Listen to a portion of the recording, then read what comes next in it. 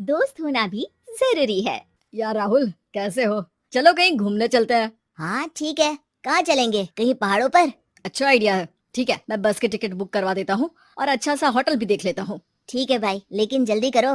Life में इतना stress हो गया है कि कुछ दिन का रेस्ट तो बहुत जरूरी बन गया है।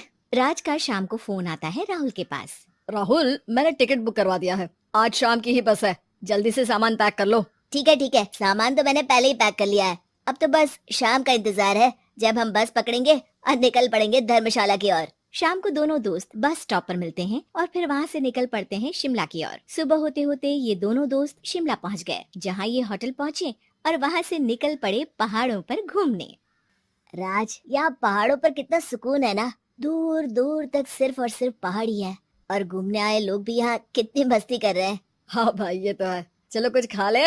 दोनों एक रेस्टोरेंट पे पहुंच गए। वहाँ इनकी रेस्टोरेंट चलाने वाले लड़के से दोस्ती हो गई, जिसका नाम जितेंद्र था। जितेंद्र, तुम यहाँ कब से हो और रेस्टोरेंट खोलने का प्लान कैसे बनाया?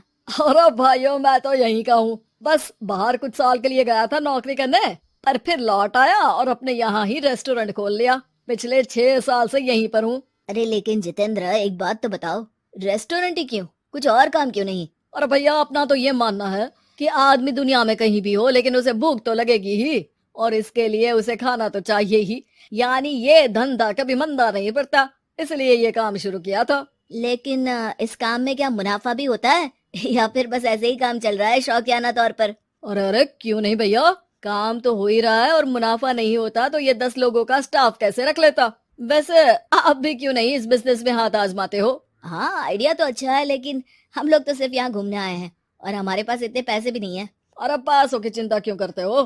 सिर्फ 5 लाख रुपए लगा कर भी आप काम शुरू कर सकते हो।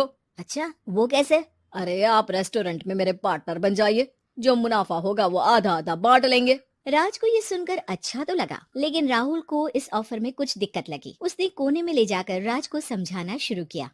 अरे राज, पागल मत बन, हम सिर्फ यहाँ घूमने आए हैं। ये ऑफर के चक्कर में क्यों पड़ रहे हो? कुछ काम शुरू ही करना होगा तो दिल्ली में शुरू करेंगे, यहाँ शिमला में क्यों? अरे बेवकूफ, दिल्ली में 5 लाख रुपए में कौन सा काम शुरू करेंगे? यहाँ शिमला में इतने कम पैसों में काम शुरू कर लेंगे और 1 साल में मुनाफा लेकर वापस भी चले जाएंगे।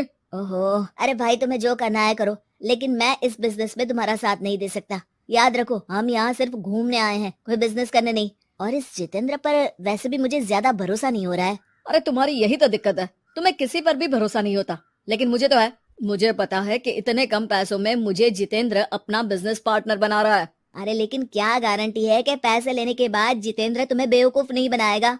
अरे मुझे तो है, मैं कुछ नहीं जानता। मुझे सिर्फ ये पता है कि जितेंद्र मेरे बारे में ज्यादा ना जानते हुए भी मुझ पर कितना भरोसा कर रहा है। मुझे तो लग रहा है कि इसके पीछे उसकी मंशा ठीक नहीं है। बाकी तुम्हें जो ठीक लगे वो करो। मैं तो आज शाम की ही बस से वापस जा रहा हूँ। ठीक है, तुम चले जाओ, लेकिन याद रखना कि आज के बाद मुझसे कभी बात करने की कोशिश मत करना। राहुल गुस्से में वहाँ से चला जाता है। दूसरी ओर राज और जितेंद्र साथ में मिलकर काम करने लगे। राज ने अपने घर से 5 लाख रुपए ये कहकर लिए कि जल्द ही वो 2 गुने पैसे कमाकर 6 महीनों में लौटा देगा। कुछ दिनों बाद, भाई जितेंद्र, तुमने 5 लाख रुपए तो ले लिया है, लेकिन काम में बहुत तेजी नहीं दिख रही है।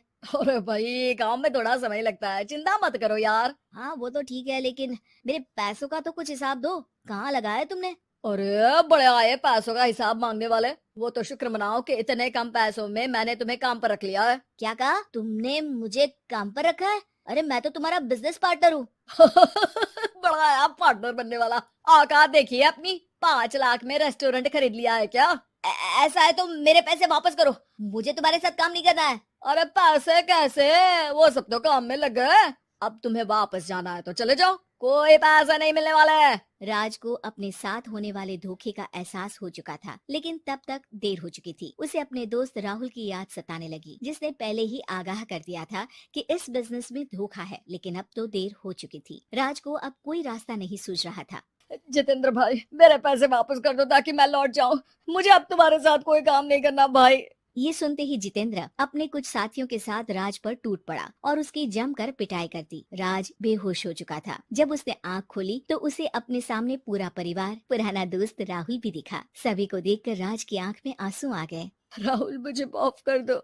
अगर समय रहता मैं तुम्हारी बात मान लेता तो आज शायद ये दिन ना देखना पड़ता। अरे शुक्र मनाओ कि जान बच गई। वो तो भला हो एक आदमी का जिसने मुझे फोन कर दिया था, तभी तुम्हारी जान बच सकी। मुझे माफ कर दे दोस्त, तेरी सलाह ना मानकर मैंने बड़ी भूल की है। अरे अरे भाई, मेरे हाथ मत जोड़ो। बस ध्यान रखना कि अच्छा दोस्त आपको हमेशा अच्छी सलाह देता है, इसलिए दोस्तों की सलाह पर ध्यान देना चाहिए।